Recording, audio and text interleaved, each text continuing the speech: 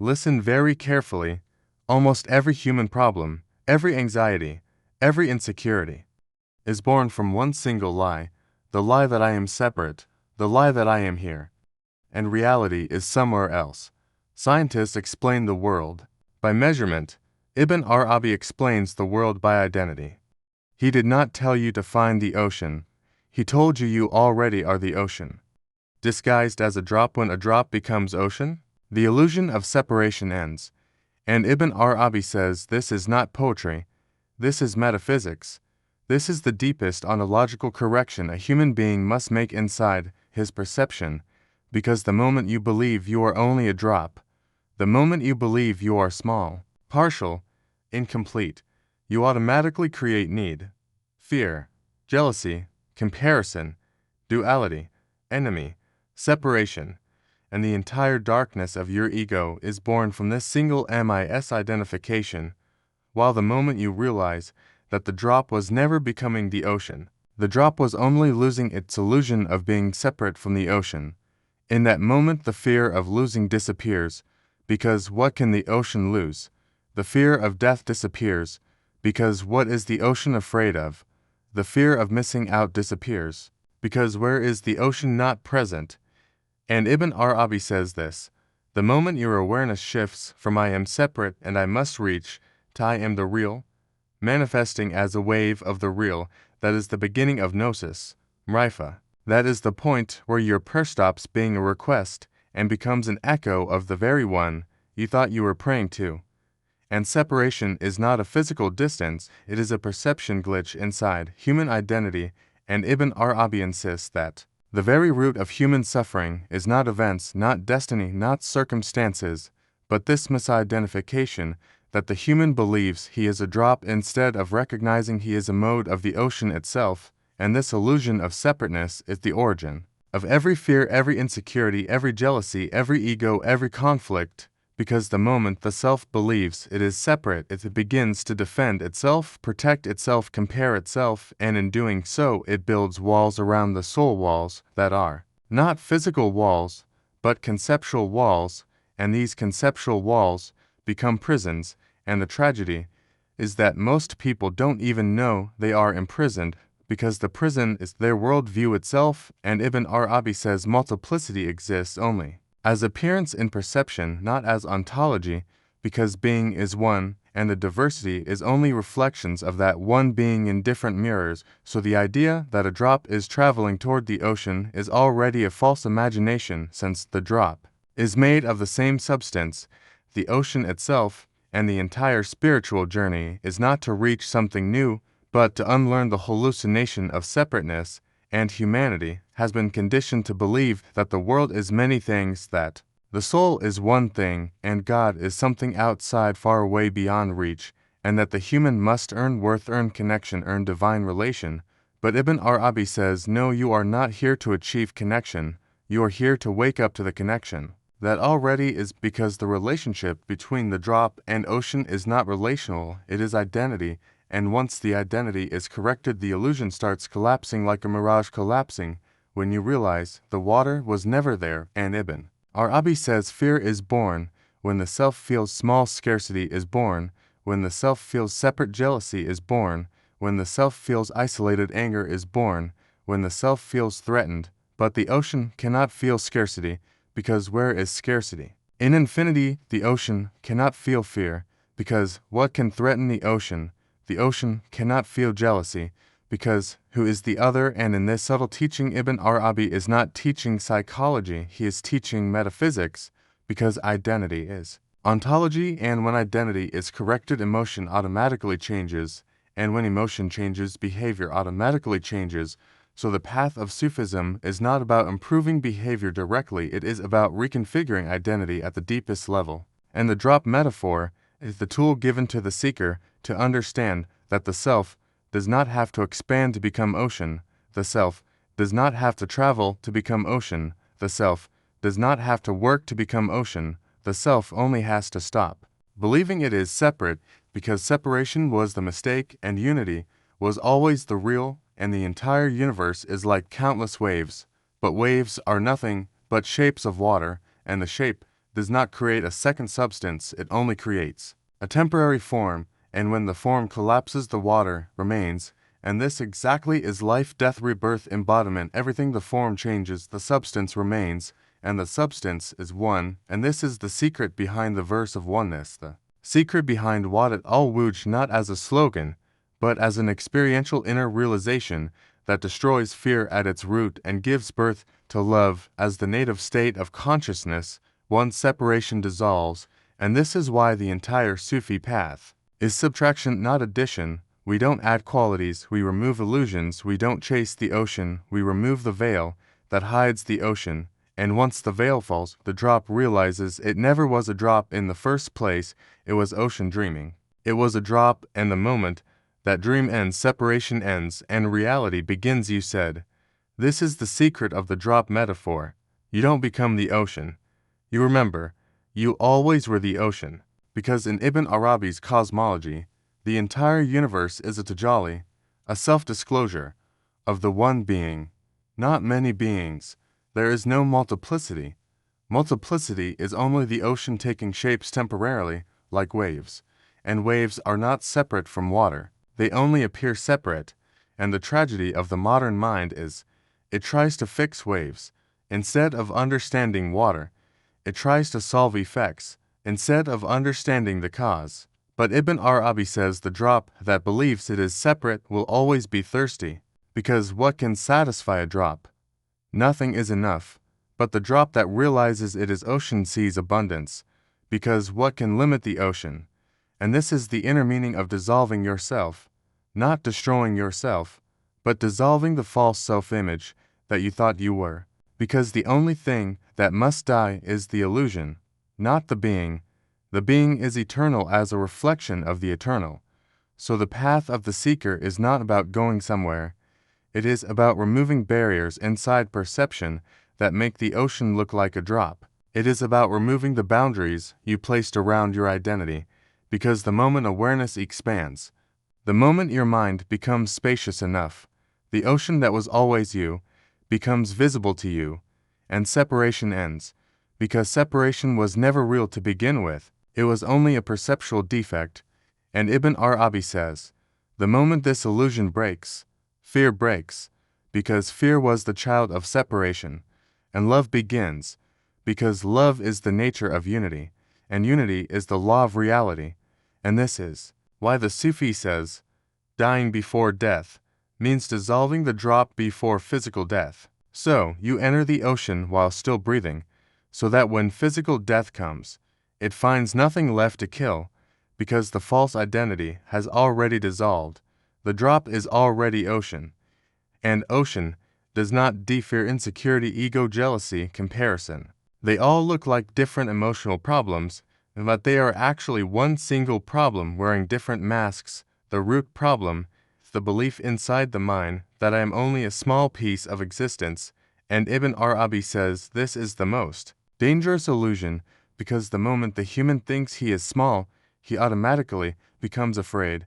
He automatically feels lack. He automatically feels he has to prove something. He automatically believes someone else has what he does not, and then his entire life becomes a desperate project to protect, survive, accumulate, and defend the fragile identity he thinks he is. And this is why the drop metaphor is so powerful, because when the drop imagines itself separate, it lives like a beggar. But when it remembers it is ocean, it becomes king. And Ibn Arabi insists fear does not come from reality, it comes from misidentification. You are not afraid because life is dangerous. You are afraid because you think yourself is limited, temporary, fragile, and separate. And the ego is not a monster that has to be killed. The ego is simply the defensive structure built around the belief of separateness. And when that belief collapses, the ego loses its fuel automatically. And this is why people compete, judge, because when the self believes it is incomplete, it must constantly measure itself against others to check if it is enough. And the modern world has taken this sickness to an industrial level. Entire economies run on insecurity. Entire entertainment industries run on comparison and envy. Entire mental health epidemics come from the same psychological glitch. But Ibn Arabi says, the cure is not to fight the emotions directly, the cure is to remove the belief that produces them, because when the identity is corrected, the emotions correct themselves. Just like when the root is fixed, the branches straighten, so when the drop realizes it is ocean, what jealousy can remain, because jealousy needs to separate beings. And Ibn Arabi says, there are not two, there is only one being manifesting in different faces, so to envy someone else would be to envy another wave of the same water that you are, and competition loses its fuel because there is nothing to compete for between two waves belonging to the same ocean, and insecurity loses its basis because insecurity needs boundaries, and boundaries were never real to begin with. And when this understanding becomes lived, not just intellectually memorized, the human stops performing his existence, he stops trying to look important, he stops acting like a character, and he begins to live from a place of depth, not fear, and he realizes abundance is not outside, abundance is identity, because the ocean is not rich, because it has much, the ocean is rich, because it is everything. So, when Ibn Arabi talks about spiritual unveiling, he is talking about unveiling of identity, not knowledge accumulation, not belief strengthening, but about seeing clearly that the only thing creating your suffering was a false belief about who you are, and the modern world teaches you to chase achievements, so you feel worthy. Sufism teaches you to recognize your worth was never lost, and achievement is no longer self-rescue, it becomes self-expression. And this subtle shift is the turning point of spiritual adulthood, because the child personality inside humans wants validation, but the ocean does not need applause. The ocean does not need to become anything. The ocean is already fullness, and this is why real freedom is not the ability to do anything. Real freedom is the absence of fear from losing anything, because when you realize you never were limited, you become fearless, not because you have power, because you see power was always your identity, and then love becomes the automatic vibration of your consciousness, because love is the language of unity, while fear is the language of separation. So, when the illusion of dropness collapses, what remains is the natural effortless state of love, and Ibn Arabi calls this fana, not disappearance of the human, but disappearance of the illusion that the human ever was separate in the first place. Ibn Arabi teaches that existence is not a place where we travel to reach God. Existence is God's continuous manifestation, and this changes the entire map of spirituality, because in religion, as most people understand it, the seeker imagines that he is here far away, small loss limited, and the truth is somewhere else waiting to be found, and the journey is from here to there. But Ibn Arabi says there is no there to reach, there is only here to realize, and the great mistake humans commit is they project the real outside as if the real is an object to be touched instead of the being they are already swimming inside, like fish searching for water while they are entirely inside water. And this is why he says, the path is not forward, it is inward, because outward exploration can only show you forms, symbols, surfaces, waves, and the inner perception is where you witness the substance, the ocean, the one. And this is why the modern mind, which worships measurement, keeps missing the core, because measurement can only see quantity, form, structure, effect, not essence, not cause. And Ibn Arabi says reality is essence, not form. So if you keep studying forms, you will only interpret shadows, you will never touch light. And all spiritual revolutions in consciousness happen the moment the human stops asking how can I reach God and starts asking what is blocking my perception right now, that makes me think I am separate from the one being that is already flooding me right now in every breath, every heartbeat, every sensation. And this is why the biggest veil is not sin, not weakness, not ignorance. The biggest veil is the belief that reality is outside, while in truth reality is the very substance of your own being. And so spiritual life is not a pursuit, it is recognition, not attainment, but awakening, not acquisition, but disclosure.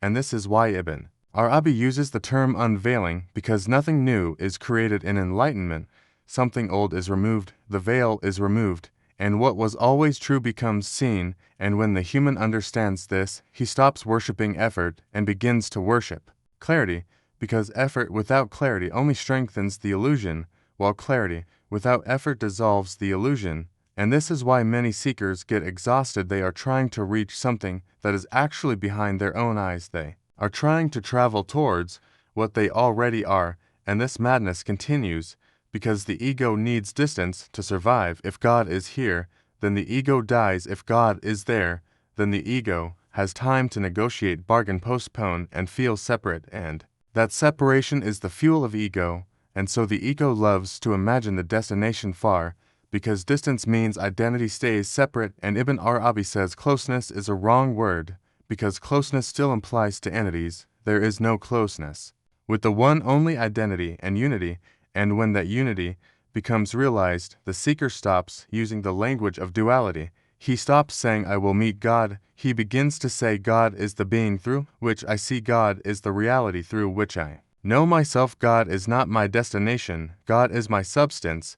And this is the secret behind the famous saying of the Prophet, that whoever knows himself knows his Lord, because self in this sentence is not personality, but being, and the moment the human becomes conscious of his being, he becomes conscious of the one being, because there are not two beings in existence. And this is why Ibn Arabi's entire school is about perception, not travel, because in the instant your perception corrects, separation collapses and unity becomes self-evident, like remembering something you always knew but forgot temporarily, and at that moment the spiritual journey is understood not as a marathon, but as a moment of removing a veil from your own eye and realizing the destination was never far. The destination was your own being all along. You said, the purpose of spiritual death in Ibn Arabi's teaching is not the destruction of the human self, it is the destruction of the illusion that the human self was ever separate in the first place, and this is why the Sufi term fan is so misunderstood by ordinary minds, because they think the Sufi wants to disappear. But Ibn Arabi is saying you do not disappear, you only stop pretending you are something other than the one being, and this is why true death happens before physical death, and the one who dies before death becomes fearless, because the drop dissolves into the ocean while still breathing, and when physical death comes it finds nothing to kill, because the illusion already died and the reality already awakened, and this is the highest state of gnosis that the Sufis call back the return of the human to reality, but not as a separate identity, but as a manifestation of the real. And this spiritual death is not a metaphor in poetry, it is a shift in ontological identity. It is the moment where perception stops dividing reality into me and God, me and world, me and other people, because all dualities are illusions born from the belief that the drop is separate, and the moment that illusion dissolves, a new type of vision appears. The world stops being a battlefield of separate wills and becomes a theater of one will appearing through countless faces. And this understanding does not produce passivity, it produces clarity, because when the drop stops believing it is drop, it stops defending itself, it stops envying other drops, it stops hoarding resources, it stops fearing loss, because the ocean cannot lose anything, and the ocean cannot be threatened by anything, and the ocean cannot be jealous of anything, because everything that appears is already itself. And Ibn Arabi says that the greatest freedom is not the freedom to choose, but the freedom from the illusion that you are the one choosing, because when the seeker dies to the illusion of individuality, he does not become powerless, he becomes aligned with the power that was always animating him, and then actions flow effortlessly, not from fear, but from real being. And this is why saints do not struggle to be ethical, their ethics come as a natural fragrance of unity, because when the illusion of separation ends, compassion becomes natural, generosity becomes effortless, forgiveness becomes spontaneous, because who are you going to hate when the other is you in another appearance? And this is the meaning of the hadith when the Prophet said, die before you die, because if you do not die before death, then physical death will be painful, because you will be holding onto an identity that does not exist, while the one who dies before death experiences his death as a liberation from the last thin veil separating awareness from the ocean that was always its essence. And this is why the great Sufis call sleep the cousin of death, because in sleep the false identity temporarily dissolves and the dream self appears. But when morning comes, the ego resumes its claim, but the Sufi kills the ego claim permanently and wakes up in this world the way others only wake up after funeral. And this inner death is the ultimate transformation, not by force, not by suppression, not by ascetic punishment, but by clear perception that the separate self is a hallucination, and when this hallucination falls, the drop does not expand into a larger drop, it dissolves into the ocean, and yet nothing is lost, because the drop was never other than ocean, it was only mistaken about itself, and this is why spiritual maturity is not about adding knowledge, adding good deeds, adding rituals. It is about subtracting illusions, subtracting boundaries, subtracting separation. And when this subtraction is complete, unity is not achieved, unity is revealed. And that revelation, the true meaning of immortality, because when the seeker sees the ocean as his own real identity, death becomes nothing more than the end of a costume change. Because water never dies, only waves change form, only the drop shape dissolves, while the ocean remains forever and forever and forever, you said.